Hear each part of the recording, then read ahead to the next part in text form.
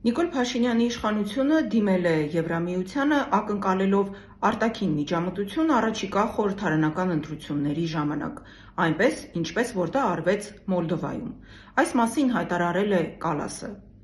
Փաստորեն, առավոտից երեկո ինքնիշխանության մասին խոսող և դրսի ուժերի կոշիկները լիզելը քննադատող Նիկոլ Փաշինյանը ինքն է դիմում արտաքին ուժերի օգնությանը իր իշխանությունը վերարտադրելու համար։ Արտաքին ուժերի օգնությամբ իր աթոռը պահելը Նիկոլ Փաշինյանի համար նորություն չէ։ 2021 թվականին էլ նա բացահայտ քաղաքական օգնություն ստացավ Թուրքիայից և Ադրբեջանից։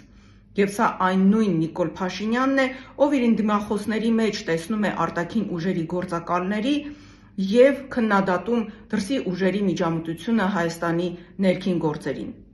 Այսինքն մենք գործ ունենք հերթական նիկոլության հետ, երբ քննադատողը անում է այն, ինչ ինքն է քննադատում, այսինքն նույն Նիկոլ Փաշինյանի հետ, ով քննադատելով արտաքին ուժերի միջամտությունը Հայաստանի ներքին գործերին, ինքն է Հայաստանի ինքնիշխանությունը հանել աճուրդի։